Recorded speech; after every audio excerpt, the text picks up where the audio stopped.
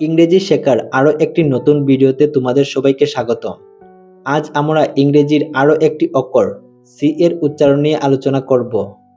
তোমরা হয়তো খেয়াল করেছ, এই সি অক্ষরটি কখনো ক এর মতো উচ্চারণ শোনায়, আবার কখনো স এর মতো শোনায়।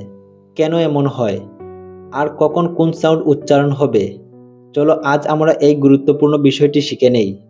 সি যখন ক সাউন্ড দিয়ে থাকে, সি এর পর যদি এ, ও ও ইউ থাকে, তাহলে সি এর উচ্চারণ ক হয়। যেমন সি এ টি ক্যাট, ক্যাট অর্থ বিড়াল। সি এ আর কার, কার অর্থ গাড়ি। সি ও এ টি কুট, কুট অর্থ পোশাক। C U P cup, cup অর্থ পেয়ালা।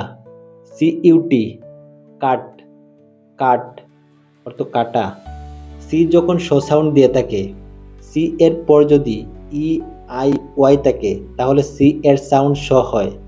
আবারও বলছি, সি এর পর যদি ই আই ওয়াই থাকে, তাহলে সি এর উচ্চারণ স হয়।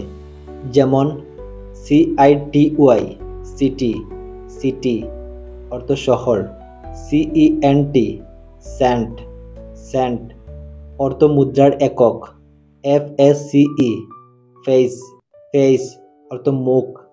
আইসিই আইস, আইস অর্থ বরফ। আরও একবার বলছি, সি যখন ক সাউন্ড দিয়ে থাকে, সি এর পর যদি এ, ও ইউ থাকে, তাহলে সি এর উচ্চারণ ক হয়। সি যখন স সাউন্ড দিয়ে থাকে, সি এর পর যদি ই আই ওয়াই থাকে, তাহলে সি এর উচ্চারণ স হয়।